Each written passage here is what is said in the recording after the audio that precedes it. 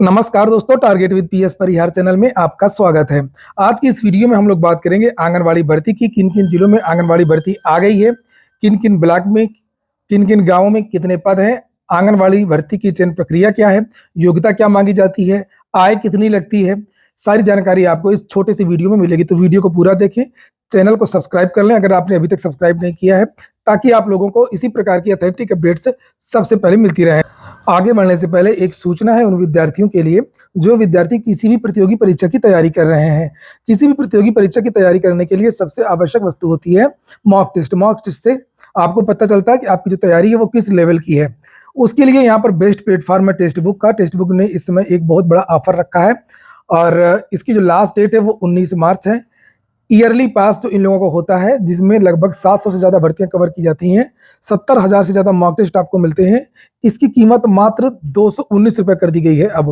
और इन लोगों का एक स्पेशल पास होता है, पास प्रो जिसका नाम है, 699 वाला। इसकी भी कीमत मात्र 307 रुपये कर दी गई है 1 साल के लिए। और इसमें भी अगर आप लोग परचेज करते समय इन दोनों में एक कोड लगा देंगे TWP, तो आप लोगों को 12% की एक्स्ट्रा छूट भी मिल जाएगी। तो लिंक मैंने इसकी डिस्क्रिप्शन बॉक्स में दे दिया है, अगर आप लोग चाहें तो इस ऑफर का लाभ ले सकते हैं और 1 साल के लिए ईयरली पास आप ले सकते हैं। चलिए शुरू करते हैं। तो आंगनवाड़ी भर्ती अलग अलग जिलों से अब आ चुकी हैं, काफ़ी जिलों से, जिनकी संख्या लगभग 23,000 है। पहले पद 50,000 53,000 के आसपास थे, जिसमें से कुछ पद प्रमोशन से भर दिए गए हैं। और पिछले साल भी आप लोगों ने देखा होगा कि वैकेंसी आई थी लेकिन रोक दी गई थी, उसमें आरक्षण को लेकर के विवाद हो गया था।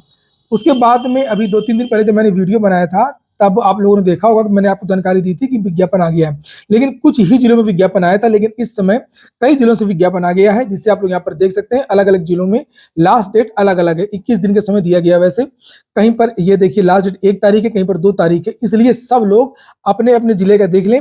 और इसके लिए जो वेबसाइट है वो यहाँ पर है आंगनवाड़ी भर्ती, ऊपर देख सकते हैं आप लोग, UP-आंगनवाड़ी-भर्ती.in। इस वेबसाइट पर जाएंगे आप तो आपको कहाँ कहाँ से भर्ती आई है इसके बारे में पूरी डिटेल मिल जाएगी।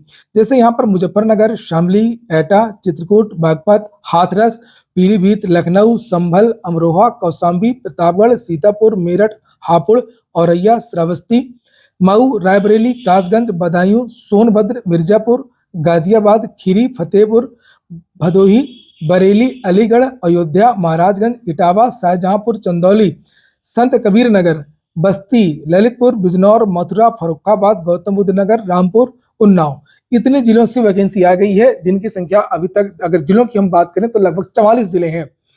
और जिन जिलों में अभी भर्ती नहीं खुली है तो वहां पर भी बहुत जल्द भर्ती खुल जाएगी। जैसे आपको डिटेल में भर्ती का विज्ञापन देखना है तो आप लोग क्लिक कर दीजिए, जैसे जिलों की सूची है। और जैसे मैंने यहाँ पर अभी फतेहपुर का क्लिक किया है, यहाँ से अलग अलग गाँवों के बारे में जानकारी मिल जाएगी कि किस गाँव में कितने पद रिक्त हैं। जैसे आप लोग यहाँ पर ये देख सकते हैं, ये फतेहपुर का मैंने अभी क्लिक किया था, तो फतेहपुर में अलग अलग गाँवों का जो विवरण है वो जारी हो गया है। इसमें प्रमुख बातें भी आपको देखने को मिल जाएंगी, जैसे विज्ञापित पदों हेतु केवल महिला अभ्यर्थी ही पात्र होंगी। रिक्त पदों आंगनवाड़ी कार्यकर्त्री हेतु न्यूनतम शैक्षिक योग्यता इंटरमीडिएट या उसके समकक्ष, ये कम से कम इतनी योग्यता होनी चाहिए। इससे आगे की भी योग्यता है तो अच्छी बात है, क्योंकि एकेडमिक है, इसका नंबर जुड़ता है, वो मैं भी आपको आगे दिखाऊंगा। साथ में एक चीज और जरूरी है कि जो भी आवेदिका है वो उसी वार्ड की होनी चाहिए जिस वार्ड में पद रिक्त है। और जो डेट है, जैसे 18 से 35 साल की जो एज मांगी गई है वो 1 जनवरी 2024 से जोड़ी जाएगी। और जो सारे आवेदन वगैरह हैं वो इसी वेबसाइट पर भरे जाएंगे, जो मैं भी आपको दिखा रहा था, UP-आंगनवाड़ी-भर्ती. अब बात कर लेते हैं आय प्रमाण पत्र वगैरह की। तो यहाँ पर एक चीज खास बताई गई है, ये मैं जियो दिखा रहा हूँ अब आपको, ये विज्ञप्ति नहीं है। विज्ञप्ति में इतना डिटेल नहीं दिया गया है, क्योंकि इसमें आपको पता होगा कि इस भर्ती में गरीबी रेखा से नीचे वाले जो भी हैं छात्राएं हैं उनको वरीयता दी जाएगी। और इसके लिए कुछ प्रमाण पत्र भी लगना है, उसके बारे में अलग अलग भी आपको बता दूंगा। जैसे शैक्षिक प्रमाण पत्र तो आपके लगेंगे ही लगेंगे, इंटरमीडिएट ग्रेजुएशन किया तो वो भी लगा दीजिए, पोस्ट ग्रेजुएशन किया है तो वो भी लगा दीजिए। वहीं पर लिखा हुआ है कि इसमें वरीयता किसको दी जाएगी, लिखा उसी वार्ड में जो गरीबी रेखा से नीचे की अगर है विधवा महिला तो उसको वरीयता दी जाएगी, अगर नहीं है तो फिर मेरिट बनेगी। उसी ग्राम या वार्ड शहरी क्षेत्रों की निवासी गरीबी रेखा से नीचे जीवन करने वाले परिवार की विधिक तलाकशुदा को वरीयता दी जाएगी। उसके बाद में विधवा वगैरह महिला जो भी है, अगर विधवा महिला नहीं है तलाकशुदा, तो उसी ग्राम सभा या वार्ड में कोई भी महिला होगी जो गरीबी रेखा से नीचे जीवन यापन करेगी उसको। और तब पर भी अगर महिला इस तरीके की नहीं है तो नीचे लिखा है उसी ग्राम वार्ड में निवासी गरीबी महिला गरीबी रेखा के ऊपर जीवन यापन करने वाली अगर कोई विधवा महिला तो उसको रखा जाएगा। उसी ग्राम सभा या वार्ड की निवासी गरीबी रेखा के ऊपर जीवन यापन करने वाले परिवार की विधिक तलाकशुदा अगर कोई महिला तो उसको वरीयता दी जाएगी। और नीचे फिर लिखा है कि विधवा तलाकशुदा परित्यक्ता महिला के गरीबी रेखा के ऊपर जीवन यापन करने वाले परिवार का अभ्यर्थी न मिलने पर उसी ग्राम या वार्ड की गरीबी रेखा से ऊपर के जीवन यापन करने वाली महिलाएं, जो ही महिला है सभी महिलाओं की एक मेरिट देखी जाएगी, किसके नंबर ज्यादा है और फिर उनका चयन कर लिया जाएगा। ये पूरी ट्रांसपेरेंसी के साथ में होता है और इसके बारे में पहले भी बता चुका हूँ, किसी को भी कोई भी रुपया पैसा देने की आवश्यकता नहीं है। तो अगर कोई विधवा महिला वगैरह कोई है तो वो अपना मृत्यु प्रमाण पत्र अपने पति का अपने पास रखें, ये लगेगा। शैक्षिक प्रमाण पत्र रखें, निवास प्रमाण पत्र निश्चित तौर पर लगेगा और आय प्रमाण पत्र तो लगना ही लगना है। और आय प्रमाण पत्र की अगर हम लोग बात करें तो आय के संबंध में तहसील द्वारा निर्गत नवीनतम विज्ञापन जारी होने की तिथि से 6 माह के पूर्व का मान्य नहीं होगा, 6 माह के अंदर का ही मान्य होगा। अभी का मान्य हो जाएगा, अभी बनवा लेंगे तो मान्य हो जाएगा, लेकिन आज की डेट से 6 महीने पूर्व का मान्य नहीं होगा, ये बात याद रखिएगा। और अगर हम बात करें कि कितना बनवाना है तो 42,000 से कम का बनवाइए जो महिलाएं ग्रामीण क्षेत्र में रहती हैं, और लगभग 42,000 या 52,000 या 56,000 से कम अगर शहरी क्षेत्र में कोई निवास करती हैं कोई महिलाएं तो वो 56,000 से कम का बनवाएं। ये देखिए यहाँ पर लिखा है कि समाज कल्याण विभाग के शासनादेश दिनांक में आय सीमा हेतु कटाव निर्धारित करते हुए ग्रामीण क्षेत्र का 46,000 से कम बनवाएं और 42 का भी कोई दिक्कत नहीं है, और शहरी क्षेत्र में 56,460 इससे कम का बनवाना है आपको। और ईडब्ल्यूएस अगर कोई लगाना चाहता है तो वो जो प्रमाण पत्र है वो भी नवीनतम होना चाहिए। अच्छा, एक चीज और बता दूं कि डॉक्यूमेंट्स कौन कौन से लगेंगे, आपको आपके पास क्या क्या चीजें होनी चाहिए अप्लाई करने के लिए। तो अप्लाई करने के लिए एक शैक्षिक प्रमाण पत्र होना चाहिए, निवास प्रमाण पत्र होना चाहिए, एक ईमेल आईडी होनी चाहिए, एक आपके पास फोन नंबर होना चाहिए जिस पर ओटीपी वगैरह आएगा जो आप फॉर्म भरेंगे। इसके साथ साथ नवीनतम फोटोग्राफ भी आपके पास होनी चाहिए।